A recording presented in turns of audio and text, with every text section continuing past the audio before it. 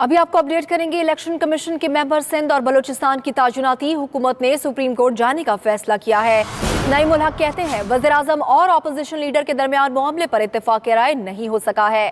ممبران کی تعیناتی سے متعلق بنائی گئی پارلیمانی کمیٹی ڈیڈ لاک کا شکار ہے۔ ڈیڈ لاک کے بعد کیا کیا جائے، آئین خاموش ہے۔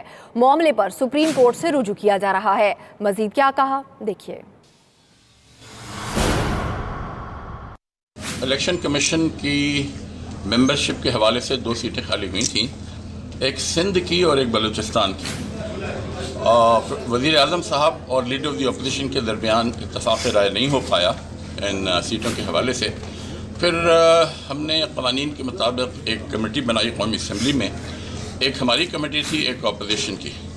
ان کے بھی مذاکرات تقریباً ختم ہو چکے ہیں۔ کوئی اتفاق رائے نہیں ہوا کہ سندھ سے یا بلوچستان سے الیکشن کمیشن کا کون ممبر ہونا چاہیے، اور جو آئین ہے اس بارے میں بالکل خاموش ہے۔ تو اس وقت ہمارے پاس کوئی چارہ نہیں رہا بلکہ ہم سپریم کورٹ سے رجوع کریں کہ وہ بتائیں کہ الیکشن کمیشن کے ممبران کی جو سیٹیں خالی ہوئی ہیں اتفاق رائے نہ ہونے کی وجہ سے اس کو کیسے پر کیا جائے۔